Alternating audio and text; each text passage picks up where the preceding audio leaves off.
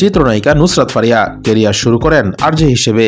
এরপর উপস্থাপনা ও মডেলিংয়ে পান আকাশচুম্বী জনপ্রিয়তা, যার রেশ ধরেই আসে সিনেমায় অভিনয়ের সুযোগ। নাম লেখান বড় পর্দায়, এরপর আর তাকাতে হয়নি পেছনে ফিরে। তবে জানলে অবাক হবেন, ছোটবেলায় ফারিয়া কখনো নায়িকা হতেই চাননি।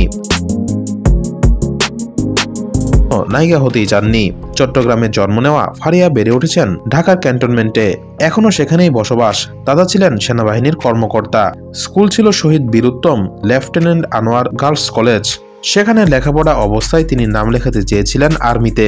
এক সাক্ষাৎকারে ফারিয়া বলেন, আমার বড় হওয়া আর্মি পরিবারে আর বেড়ে ওঠা সেনানিবাসে, যার কারণে ছোটবেলা থেকেই আমি আর্মি হতে চেয়েছিলাম। তবে যেভাবেই হোক পরবর্তীতে সেটি আর হওয়া হয়নি। কলেজ জীবন থেকেই আরজে পেশার সঙ্গে যুক্ত হওয়া ফারিয়া একসময় নাম লেখান টেলিভিশন ইন্ডাস্ট্রিতে, উপস্থাপনা করেন বেশ কিছু জনপ্রিয় টিভি শোয়ের। 2013 সালে বলিউড তারকা সুনিধি চৌহানের কনসার্ট উপস্থাপনাও তাকে এনে দেয় ব্যাপক প্রশংসা। এরপর 2015 সালে যৌথ প্রযোজনার সিনেমা আশিকি দিয়ে বড় পর্দায় অভিষেক ঘটে ফারিয়ার। তারপর দুই বাংলায় কাজ করেন সমান তালে। তবে মুজিব সিনেমায় শেখ হাসিনার চরিত্রে অভিনয় করে ফারিয়া আলোচনা ও সমালোচনা দুই যোগ করেন ক্যারিয়ারে।